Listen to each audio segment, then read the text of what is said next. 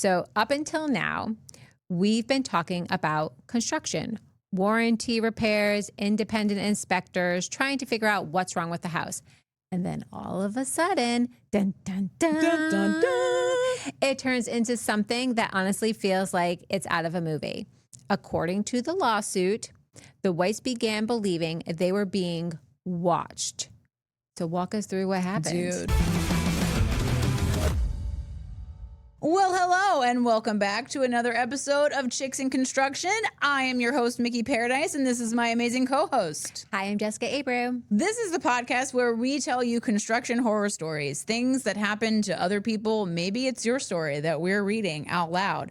And the point of this is we point out the things where things went a little sideways, things were a little sus, and it is, in a perfect world, going to help you, the homeowner who's watching this, or the future homeowner who's watching this, know what is normal in construction and what is not, what is on the up and up, and what is a little sus. So really, it's just true crime, construction edition. That's what we're here for. We want to help you have better experiences with contractors and tradespeople. Whenever you have to do something for your home, we want you to feel more confident and going forth and finding the person and being able to sort them out and making sure they're the right person, that they're licensed, that they have all the qualifications. You will find that here. So that is what we exist for. Now, this is a part 2, to be continued, of our last episode, which was covering the story of Dylan White, who is a content creator / lawyer. I do feel like his credential as a pretty big deal lawyer does matter. So if he's a content creator / lawyer from Minnesota, who he goes by the handle at the Dad Chats. I've been following him for absolute years. He's a delight. Him and his wife Suzanne do it together. It kind of just started where they talk about their kids, and a couple years ago they built a custom home. It went sideways, and now they're sharing their story with everybody, and we want to share the story with you. We have to do some legalese and legal woes and all the other things so that you understand that this is an ongoing case. So nothing has been proven. These are allegations that the Whites are making against the building company. The building company is denying all of the allegations and saying that none of the things that the Whites are saying is true. So we want to be very clear with you guys that we're just sharing the tea. We don't know which tea is the hot tea and which tea is the cold tea. We don't know which is the iced and which is the hot. We just know we've got the tea. We want to share the story with you because I do think, regardless as to whether things are true or not, there's a lot that can be learned from their experience. And honestly, some of this is just wild. So where we left off in part 1 was we shared about basically how we got there. So they bought the house. They had a ton of cosmetic issues that were reoccurring. So that's where we pointed out where reoccurring issues are something that kind of should like get your jujus going, should get the Spidey sense. The Spidey sense. Thank you, Jess. You're like welcome. The Spidey sense going where you're like, okay, we've had to call the builder 5 times about the same problem. It keeps coming back. Seems like there might be something more than just a cosmetic issue. So they had gone through this route where they kept, going to the contractor and saying, hey, come fix this, come fix this, come fix this. In the beginning, the contractors seemed like they were happy to do it. And then when the issues kept reoccurring, they were a little bit harder to nail down. We had left off where they had a bounce house in their basement. And now envision a much smaller version of the bounce house that you have in your mind. It looks like it's almost like an indoor trampoline moment in their basement. So basement's here, first floor's here. The kids are bouncing in the bounce house in the basement, and the first floor is moving to the point where things were falling off the shelving. Like their house was rattling because of something happening on the basement. Just that is not exactly how load works that's a weird transfer of load. There's something off with that. Just straight up. Like that's just weird. So we left off there. So now we're getting to segment 4, which is inside the lawsuit. All right. So now we're going to talk about the actual lawsuit, because when I hear that they are suing the builder, I don't really know exactly what that means. So what exactly are they claiming? Yeah, I really wanted to get into it because there's some sideballs or sideballs? No. What is side? I don't know what you're trying to say. Nobody knows. Just some interests, curveballs, guys. The ADHD medication is not working. I'm so sorry to report that. There are some curveballs in the things that they are alleging. So the complaint is extensive. One of the central themes running throughout it is that the Whites allege this wasn't a handful of cosmetic issues. They allege there were systematic construction defects affecting multiple parts of the home. Some of the major allegations include significant and reoccurring drywall cracking throughout the home, extensive nail pops that allegedly continued even after repairs, extensive squeaking and movement in portions of the floor system, subfloor deflection that they believe exceeded what should occur in a newly constructed custom home, elevated moisture readings in multiple areas that raised concerns about water intrusion and building performance, numerous finish defects that they contend reflected larger underlying construction problems rather than ordinary punch list items. The lawsuit also alleges that many of these concerns were repeatedly brought to the builder's attention through the warranty process. Again, the builder denied these allegations. So one of the things I noticed when reading through and hearing this list is that it wasn't, we found a problem. It was, we found a problem. They came and repaired it. We found the problem again. And I think that's an important distinction. Yeah, it's a really important distinction because construction professionals think about repairs differently than homeowners, which is like, it just is. If I patch drywall and the crack never comes back, great, problem solved. If I patch a piece of drywall and the crack comes back, I'm no longer focused on the drywall. Now I'm asking what's causing the movement. That's exactly why repeated repairs deserve a closer investigation. Not because repeated repairs automatically means somebody did something wrong, but because recurring symptoms often suggest the original cause hasn't been fully identified. So another thing that really stuck out in that list was the moisture discussion. Yep. Because we know, and we have discussed in numerous horror stories, that moisture can be a really big deal. I mean, moisture was our first podcast, our horror story. Right. Our first homeowner horror story was a insane story about water intrusion. Go back and watch it. Yeah, you should go back to the very first one. You will see a very big difference in quality. Don't come at us for that. Don't. It was our first one. Give us a break. So moisture is one of the most destructive forces in a home, which we have covered. According to the complaint, the Whites alleged independent evaluations identified elevated moisture readings in several areas of the home. Now, an elevated moisture reading doesn't automatically tell you what's wrong. It tells you something deserves further investigation. The question becomes, where is the moisture coming from? Is that an active leak? I mean, construction moisture that never properly dried is an issue. Is it condensation, improper flashing, a plumbing issue? Until you answer those questions, you're still diagnosing, not repairing. That's why moisture matters are such a valuable tool. Wait, sorry. Wow. You would think I don't have my glasses on. Let's try that again. That's why moisture meters are such a valuable tool. They're often the beginning of the investigation, not the conclusion. And I don't know like what has fully come from this, but I do know in some of their reels or content they've put out, they actually brought in a mold detecting dog, which is a thing.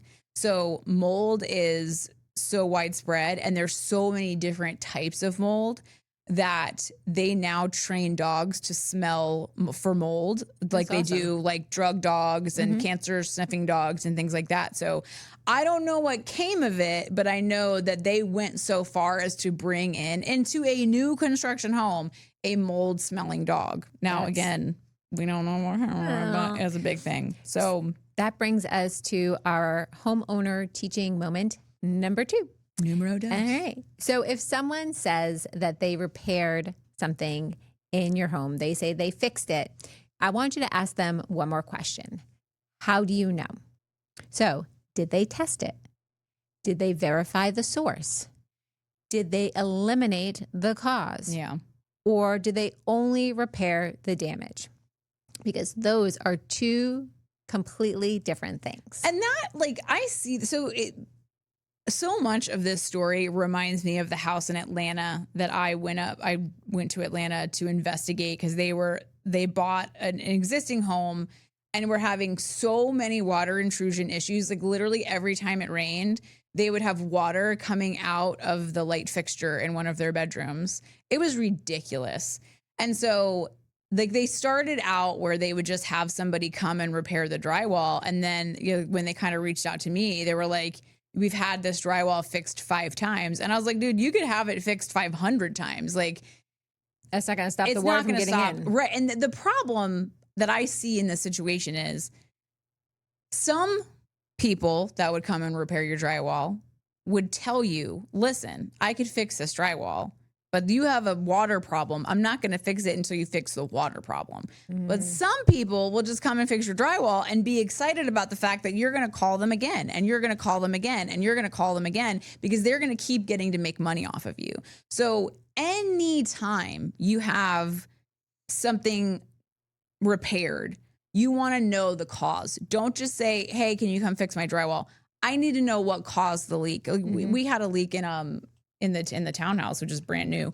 And the plumbers came out and they took the toilet off the guest bathroom and it was fine. It turned out that there was a leak from the ensuite bathroom, which was like the literal opposite side of the house. And so why that matters is if they had just come and move the toilet and be like, oh, we don't see the problem, so we're just going to put the toilet back and we're going to repair your drywall, that would have just kept happening. So when they were just like, oh, we don't know what it is, I was like, well, you're going to figure it out. So I didn't just say, oh, okay, well, you can't figure it out. That's fine. Just fix the drywall. I was like, nope.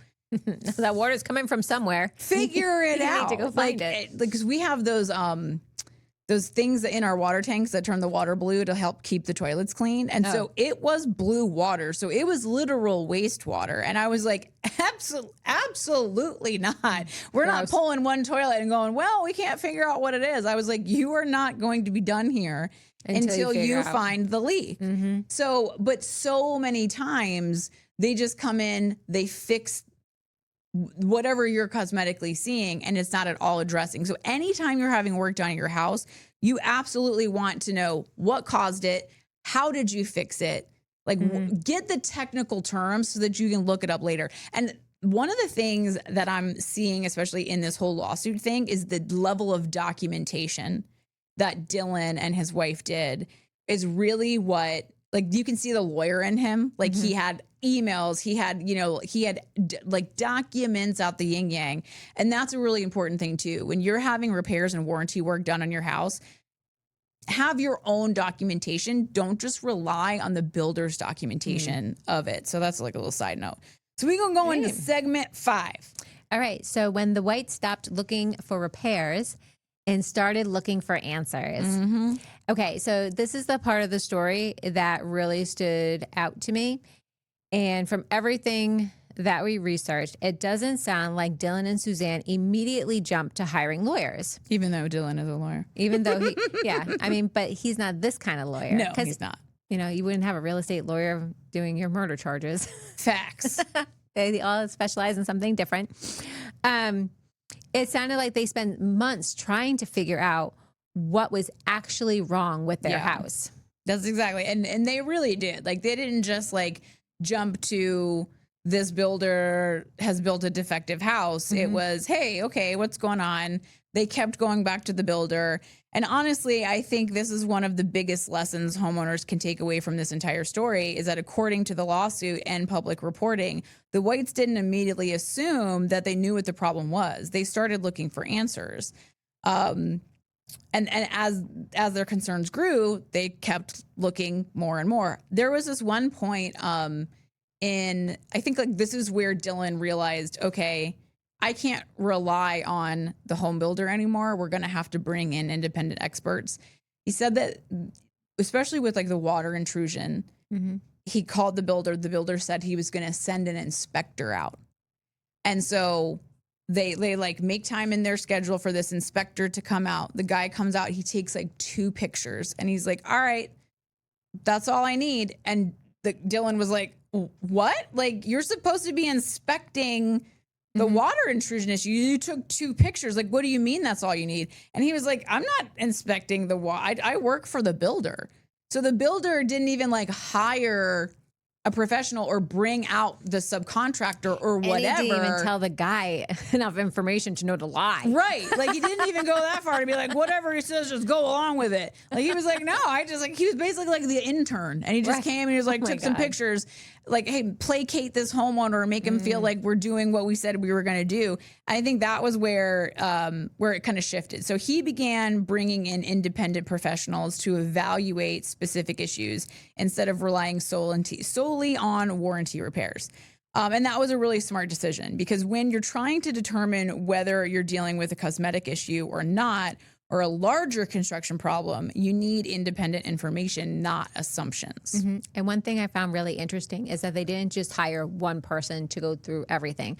They hired different experts to look at and evaluate different areas of their home. So why don't you walk us through that? Yeah, so I was very proud to see that they brought in a floor expert. So according to the lawsuit and the reporting, one of the first outside professionals they hired was a flooring contractor. They were brought in to evaluate their flooring concerns. And according to the complaint, the flooring contractor allegedly described portions of the floor system and concrete slab work as being among the worst they have ever seen in a new home. In a $1.2 million home. Right. 1.2 millions of dollars. Now, that's obviously a very strong statement. It is an allegation contained in the lawsuit, and the builder disputes the allegation. I don't know if you're seeing the level of cover our ass that we're trying to put out in this podcast, but to be clear, that is an allegation, and the builder disputes that allegation. But here's why I think it's important. The Whites weren't just saying, we think something's wrong. They were starting to seek opinions from professionals with experience in the specific system that they were concerned about. And that's something that most homeowners don't think about. And I wouldn't have thought about, originally is I would just keep calling the builder because they built the house. So they're the ones that should be able to fix it. Your brain goes to, I'm not paying somebody. Like, this is, you built it, you fix it. Yeah. Like, you broke it, you bought it. Right. You build it, you fix it. Like, so I completely get why your brain would not go there. Right. But so I'm really proud, going to take this into consideration if I ever, if I ever build a house. I'm probably never going to build a house. I don't make enough money. Yeah. But they started asking, can someone independent tell us what is happening? Yeah, exactly. And that, at that point, they can take it a step further. So according to the complaint and the reporting, they hired an independent inspector to investigate concerns about possible water intrusion. Mm-hmm. I think that's where the mold detecting dog was brought in. Mm-hmm. That inspector reportedly identified multiple areas of elevated moisture throughout the home. Now, let's be very careful here. Elevated moisture readings doesn't automatically mean defective construction. It doesn't automatically mean mold. It doesn't automatically tell you where the water came from. What it tells you is something deserves further investigation. And that's another piece of the puzzle. One of the things that I like, structural engineers exist in the world for a lot of reasons. And especially when you bring in a structural engineer that had absolutely nothing They have no skin in the game, right? Like they Right. didn't do the structural drawings on this. They don't. It's like they're just going to come in and they're going to use their engineer brain to be like this, that, or the other. So I have a buddy who is a forensic structural engineer. Oh. And so he was brought in when on the World Trade Towers, like after the failure. Because, I mean, I don't think they were built thinking what was going to happen was going to happen. And like we built for that, but they wanted to understand the failures. And so like this guy is so like mega mind. He could literally, he went to the site and like was able to look at the components of the structure and understand like at what point it failed. So like he has the coolest stories because he kind of like, he does like CSI, but construction version. So he comes in and he's like, okay, here's what's going on. So I know that because I've worked with him. So it's one of those things where it's like, that does exist. And when you're dealing with something as serious as this, you really don't want to rely on the builder's people. You really want to have somebody to come in and do that kind of inspection and say, okay, here are the things that are going wrong. I am this level of a professional. I am telling you, here are the problems and here's how it can be fixed. So that is the best thing that you can do for you if you were to find yourself in this situation. Yeah. So hiring an independent expert. Yeah. That matters. It really does. I actually love that they did this because I think that homeowners assume, just like I said before, if I hire the builder, they got to come fix it and that they are the expert. And we are finding out they are in fact not the expert on all things. Apparently half of the country is fine with general contractors just being managers and not having any experience at all. I don't think like in this story, how does that make sense? Like make that make sense. Nope. You have no experience. And actually to rebuke one thing, Dylan is not saying that his builder doesn't have any experience. I actually think he stated that his builder has a ton of experience, which on some level makes this worse because again, like what are we always telling you guys? Like vet your people, make sure they're experienced, make sure they're licensed. He was licensed, he was experienced. So this is very similar to the Jake Malback story where he did all of the right things and still ended up in a really crappy situation. So if you check all the boxes and you still end up here, like this is okay, well, here's what's next. Because every professional has a different role. So like I think about going to the doctor. If your primary care physician can't explain what's happening, they send you to a specialist. Construction should work the same way. A flooring contractor understands flooring systems. A building envelope consultant understands water intrusion. A structural engineer understands structural behavior. A geotechnical engineer understands soil conditions. A forensic inspector specializes in identifying the cause of failures rather than simply repairing damages. No one person is an expert in everything. So when a problem becomes complicated, you often need multiple experts. And I think that's an important distinction.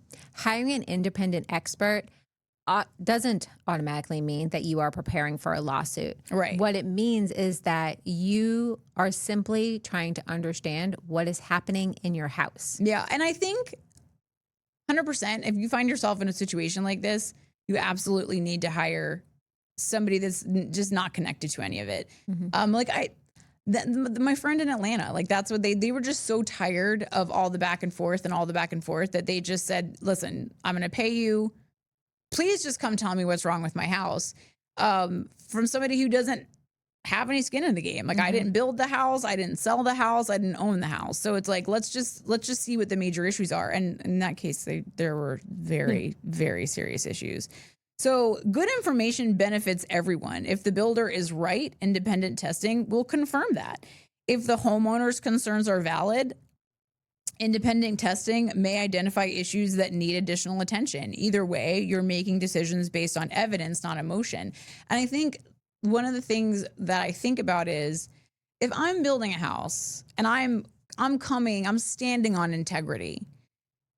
My homeowners come to me, they have a problem, it becomes reoccurring. I, as the builder, After the second or third time that this has reoccurred, and there's like like my homeowners are coming to me with some very serious concerns, I am not hesitating to bring in a structural engineer. I am not hesitating on my expense as the builder, because I'm standing on my integrity. I'm standing on my name. I am standing on, putting that this is my reputation and it matters to me. I am going to bring in somebody to evaluate what's going on. If I know that I didn't cut any corners in the building of this house, why would I not? Right. That's me as a builder.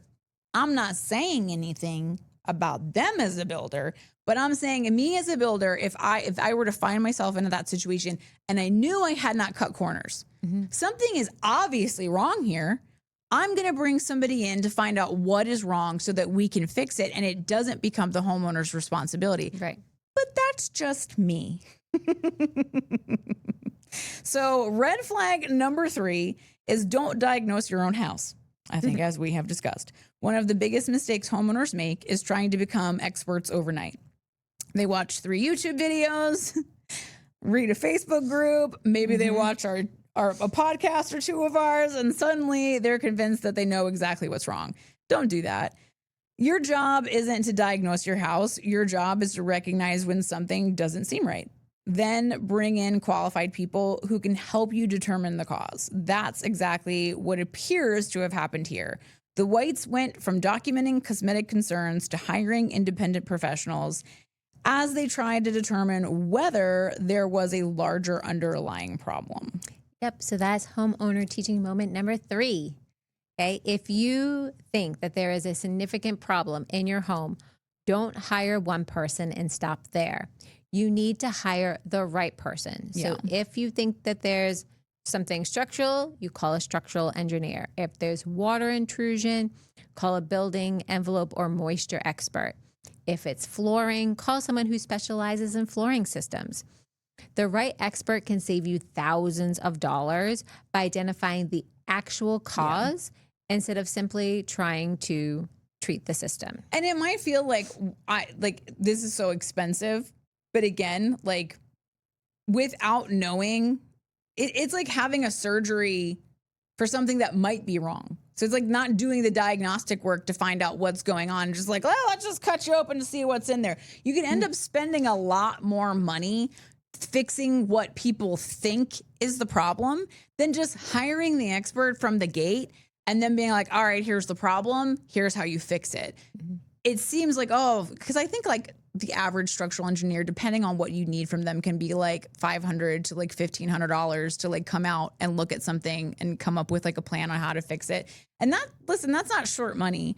But at the end of the day, if you're spending $500 here to fix a problem and $1,000 here to fix a problem and $500 here to fix a problem, all of a sudden, like, those small little amounts start to add up, and you would have been better off just hiring a structural engineer. Yep.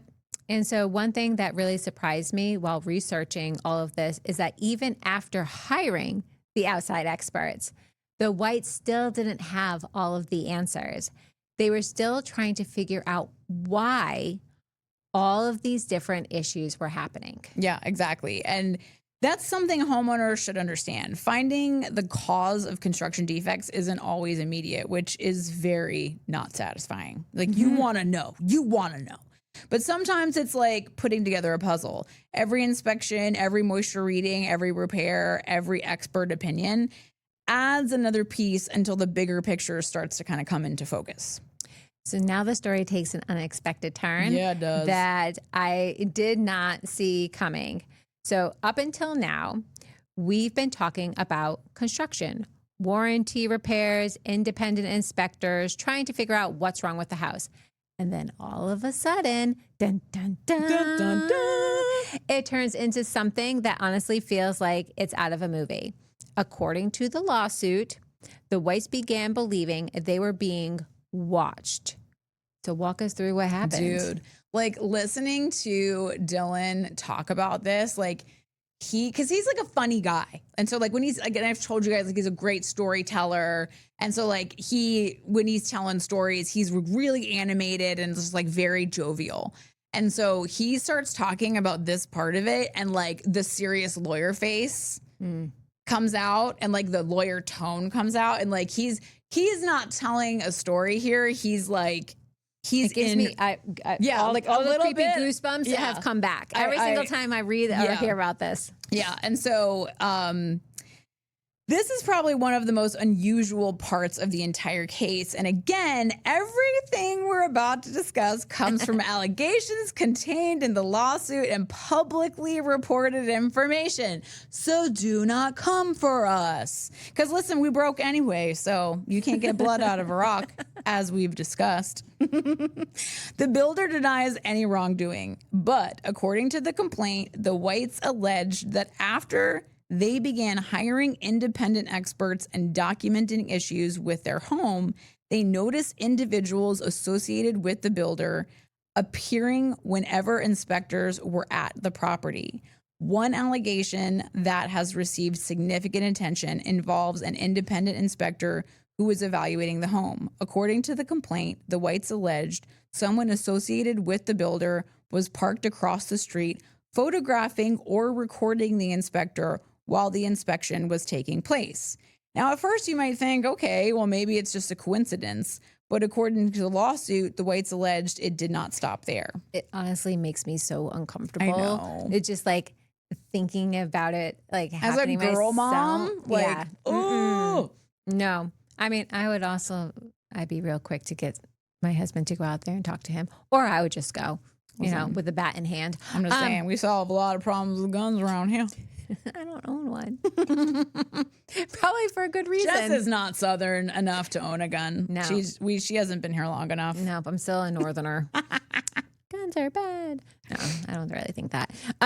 Because one thing I kept asking myself, if I hired someone to inspect my house, why is someone sitting across the street recording them? As a homeowner, that would make me uncomfortable and uneasy, and I for sure would go outside and ask for answers. Oh yeah, no, like I ain't just sitting back. the level of like mafia mob boss vibes that gives is like, como se que? Like, what are you talking about? And so apparently they are now building a spec home direct in the lot right next door to Dylan. So like they're always watching them. There's always people there, like no matter what they do. So according to the complaint, the Whites allege that they eventually discovered that members of their family, including their children, had been photographed or recorded without their knowledge while at their home.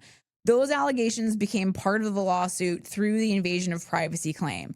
Now, it's important to be very clear. These are allegations, blah, blah, blah. The builder denies any liability. It disputes claim, arrested, blah, blah, blah, the lawsuit. So the court has not made any factual findings. Basically, this is what our lawyer says we have to say so that we don't get sued. One of the things that Dylan mentioned, and this is like, because I'm just like, why? Like, why do you need photographs of their children and of like videos of their children? Intimidation. And especially like, gross. Gross. Especially Dylan notes that some of the photos and the recordings were when the kids were in their bathing suits. So how does he have the recording? Because through the lawsuit, they had to, what is it called? They had to hand over their phones. Yeah, well, they had to hand over all the documents. So like there's that part of the lawsuit where like everybody has to give their evidence. Like, this is the evidence I have, so that you can kind of provide a counter to it. Got it. In the discovery period of the lawsuit, they had to provide that they had these videos and these photos. And they were videos and photos, some of them of their kids in their bathing suits. Somebody would be getting it. Right? I'm just like, y'all lucky you're messing with a civilized man, okay? Like, Dylan White be a civilized man who's going to, in a civilized way, take you to court. I'm just like, you try that round him. You try it. See what happens. Like, just see how long you're alive. Oh, my God. Nope. And so in the courtroom, why was the invasion of privacy included? And it surprised me, but because I expected it to be a breach of contract, maybe negligence, construction defects. I didn't expect an invasion of privacy claim to be included. Right. Yeah. It's just like wild turn of events. Like you think it's just going to be like a construction claim, and now there's a lot of tit for tat in this between the two of them. So according to the complaint, the Whites allege that the conduct went beyond a disagreement over construction quality. They contend there were actions that invaded their privacy by photographing or surveilling them, and people coming to their home without their consent. Whether those allegations are true, ultimately proven, is something the court will decide. But legally, that's why invasion of privacy appears in the separate claim. It's not about drywall. It's not about floors.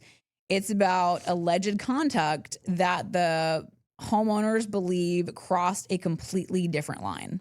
And honestly, whether you're a contractor, a homeowner, or somebody listening to this podcast, I think everybody can agree to one thing, that your home should be the one place. I mean, there should be more places, but it's at least the one most special place where you should feel that your family has privacy and safety.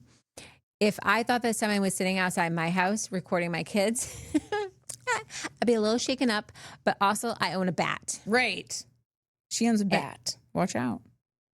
She owns multiple bats because her kids play softball. Watch out. Yeah, those hit hard.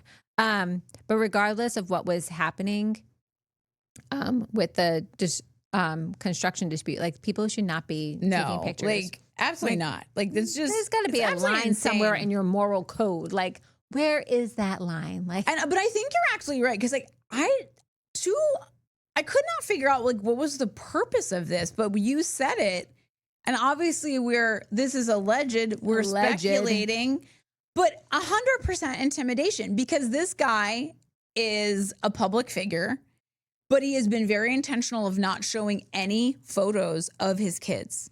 So even when he talks about them. Yeah, even when he talks about them, he does not show photos of their faces. Like, you know how some people are very, they don't up let in their arms kids, about that. They don't, like, they'll post pictures of their kids, but they'll put like a star over their face or whatever. Like some people are very cautious of that. And so he does not, like, while him and his wife are public figures, their children are not. So he does not post photos. So I think that would make me that's another level. It gives it more of like that. We're trying to intimidate you. We're letting you know we have pictures of your kids. And I'm like, you lucky you in a civilized place, because in the South, that's when I call my neighbors and we go get the backhoe to dig a hole. And some endangered flowers to put over it. Right. I'm not saying why we're digging a hole, but I'm just saying get some we pigs. do know how to operate heavy equipment. We're not the people you want to mess with. So let's go to red flag number 4. When the relationship completely breaks down. So here's something I want every homeowner to pay attention to. Construction problems can often be fixed. Communication problems can often be repaired. But once trust completely disappears, everything becomes harder. According to the public record, by this point, the relationship between the Whites and the builder had deteriorated significantly. Instead of working together towards solution, the dispute had evolved into litigation. For every homeowner listening, that's the outcome you want to avoid if possible. But listen, at the same time, we also talk about the fact that sometimes that's the only solution that you have. Like, I totally understand, because this house was, I think they started to build it in 2024. They moved in 2025. So they've been living in the house for over a year. And so I completely understand, like, there has to be a point where enough is enough. If you've been having consistent issues for over a year, yes, it is always, and like all of my lawyer friends, like my cousin Akmal is a lawyer, and like whenever I call him about some shenanigans, he's like, Mikki, in all things, you want to avoid actually like going into litigation. That's why so many people like settle and all the things, because litigation is expensive no matter who you are and no matter what you're suing over. Like, it's expensive. And, you know, people who sue each other in general aren't friends afterwards. Yeah. You know, like you get that cease and desist letter and it's like, well, you don't exist in the world anymore. you know? So, you know, at that point, like once you're in litigation, you know that builder is not going to be the person who's fixing your home. And so you try as hard as you can to get that builder to honor, you know, their warranty, to honor what they built. But at some point, then it's just like, okay, we going full on lawsuit. Mm-hmm.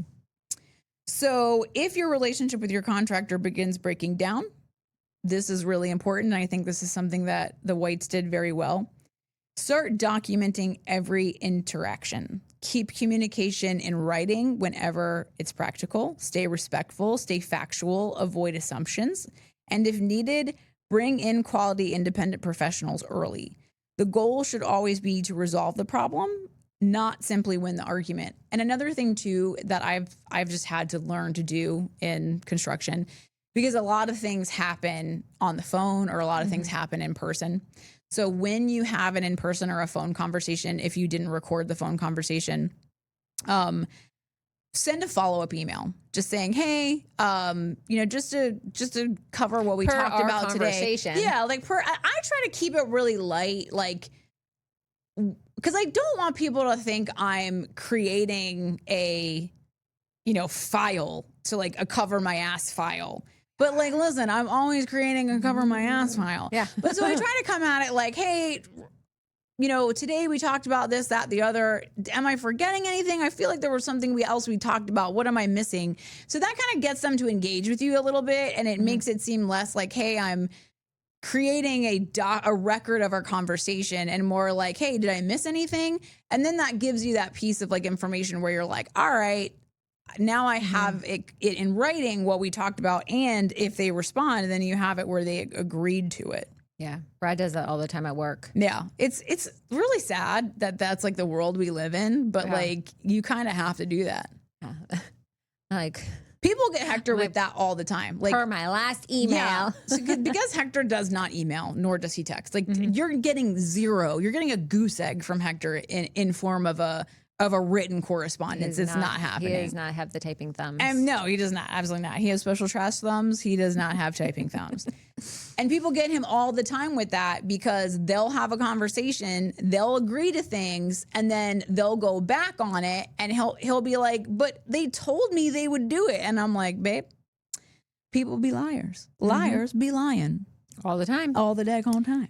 So one thing that surprised me while following Dylan's videos is his frustration eventually became about something much bigger than his house. Yes. He started asking questions about the entire system, not just how did this happen to us, but how is this allowed to happen? Yes, which brings us to the post on TikTok that is going viral when we recounted Dylan's frustration with just how easy it is in his state to become a general contractor. And I think it's an important distinction. As this story progressed, Dylan started talking publicly about what he learned while researching Minnesota's licensing requirements.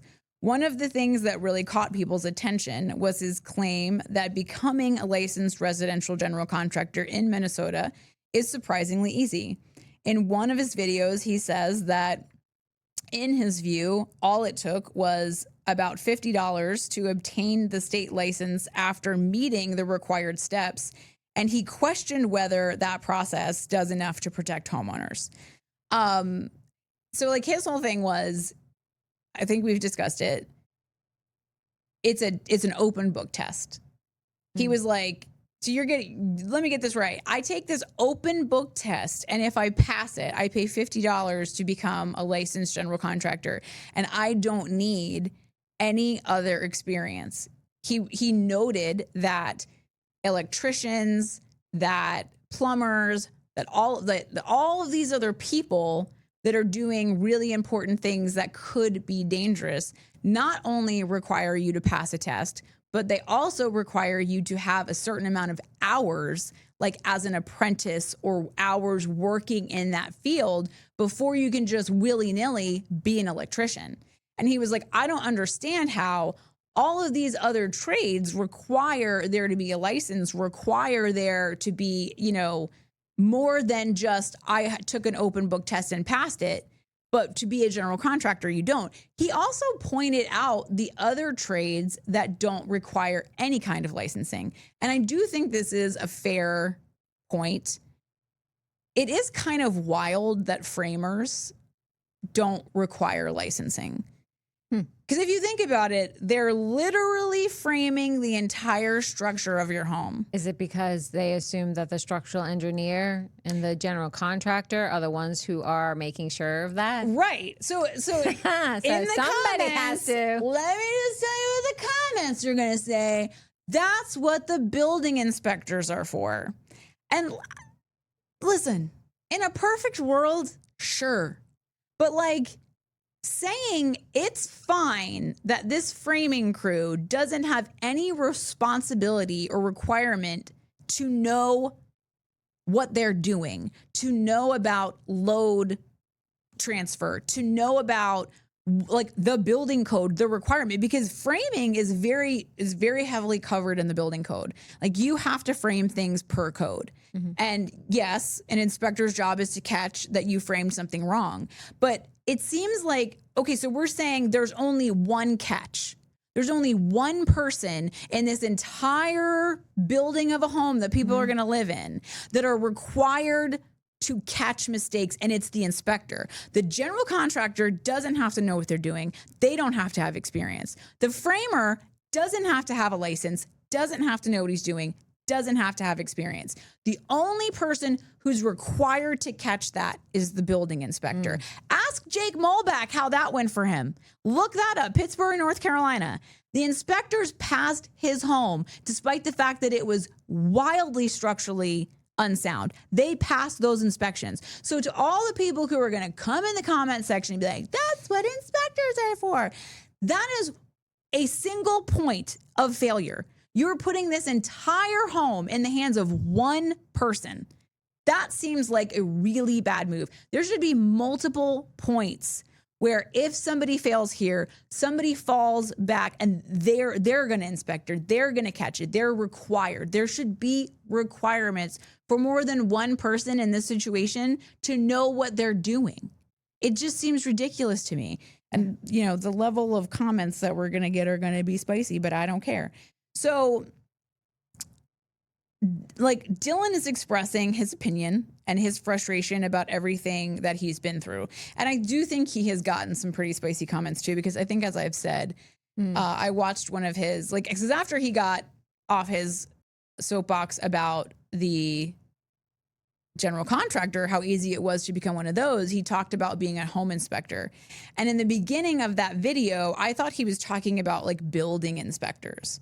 And so I made a comment, you know, a home inspector is a very different thing from a building inspector. But to be fair to myself, he was really talking about them in the same way. And so I really thought, like, we talked about this on one of the last podcasts. Home inspectors have absolutely no liability. They have absolutely, like, everything that a home inspector is doing is a visual inspection. A building inspector is a very different thing. To be a home inspector, you don't have to have any experience. You don't even, in some states, you don't even have to have, like, take a course or have a license. Building inspectors have to have a wild amount of experience. They have to take a crazy amount of tests. They have to really know what they're talking about. So there's a huge difference. So I made that comment and he responded to it, but not in a nice way. Well, it wasn't that he wasn't nice. He was probably frustrated with the amount of comments that he was getting. And he pointed out that that's why he was talking about home inspectors. And I responded, and I apologized, but he did not respond back. So there's that. So that's just, like, this is his experience. And I do think he's getting a little frustrated with it, but I completely understand why this experience has caused him to start asking whether the licensing system is adequately protects customers, because I think at the end of the day, it really doesn't. I think if we've learned anything over doing this podcast for almost 2 years, it's that until there are things that exist specifically to protect homeowners, it is ridiculously wild that a general contractor, you know, is not only only required to take this test we know 17 states don't even require you to have a license, as Jess in our last podcast covered. Yep. Only, what was it, 4 or 5 states require you to actually have experience to be a general contractor. The rest is just the wild, wild west. And that is insane when you really think about it. It's like, if you equate building a house to having a surgery, and I know a lot of people are like, oh, they're not the same thing. How are they not? Like, this is a home that you're going to live in. This is a home where if systems fail, you could be breathing in mold that is toxic and could give you cancer.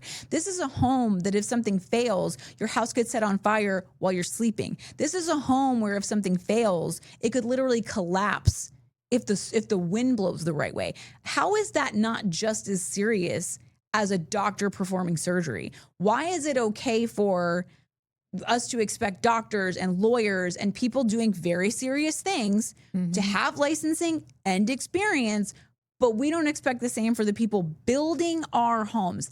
That is nuts to me. And I understand Dylan's frustration, because when he pointed that out, I was like, damn, he ain't wrong, which, you know, a lot of people disagreed with. Yeah. I think that there's a lot of people who connected with him because before this, I honestly never thought about what it actually takes to become a general contractor, except in North Carolina. I know that you have to take a test. Yeah. I just assumed, oh, the state must have really strict requirements. Then I watched his videos and thought, wait, that's it? Yeah. No, it's insane.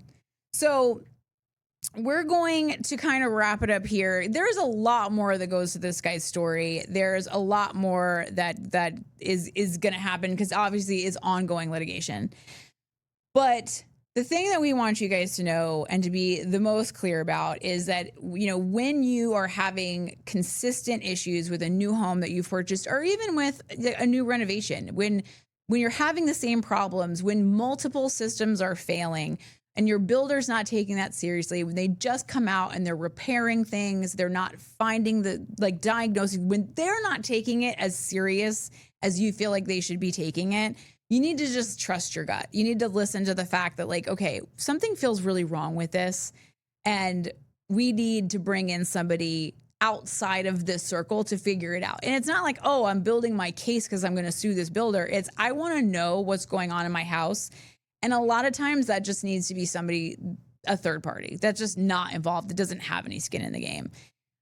When you are having multiple failures of the same time and you're having to repair the same thing, I don't care what the builder's telling you, that's a problem, and you need to look into that. So obviously this is ongoing. We will definitely keep you guys informed as to what happens. We'll give you like a little play-by-play on the upcoming podcasts. But we want Dylan and Suzanne and his kids and family to know that, like, we get it. This is what the entire podcast is about. I think so much of his posts are about his frustration. And I'm watching these posts, I'm going, this is the entire reason why the podcast exists. Mm-hmm. Because homeowners like this need to know that this behavior is not normal. Yeah. It is not normal for your general contractor to not take a very huge quantity of concern seriously. It is especially not normal for your general contractor to be videoing and recording anything that is happening at your house. That is not normal. No. I think one thing that also happened was the builder tried to get an injunction, a temporary injunction put on them to not talk about the situation. Oh. And it was thrown out because it was they're not saying anything that's not true for them. Like, they're not making up lies. Right. And so it was a First Amendment issue. So the builder was not successful in getting him to sharsh it. So we will keep you guys posted. I hope this story helps you guys all feel like it's not just us. Like, we're all, as you experience this, you find yourself asking the same questions. So if you have had a crazy story, we want you to share it with us. You can go to chicksandconstruction.com. You scroll down a little bit and you can share your story, and we will share it with the world, because we want other people to learn from any mistakes that you feel like you've made, or maybe it wasn't a mistake you made. You just got screwed over and you want people to know about it, mm-hmm. so that it doesn't happen to them, because learning the hard way is overrated. So, Jess, where can they find us on the socials? On Facebook, Instagram, and LinkedIn, it's at Chicks in Construction Podcast. On TikTok, it's at Chicks in Construction. All right, guys. We'll see you next time. Bye. Bye.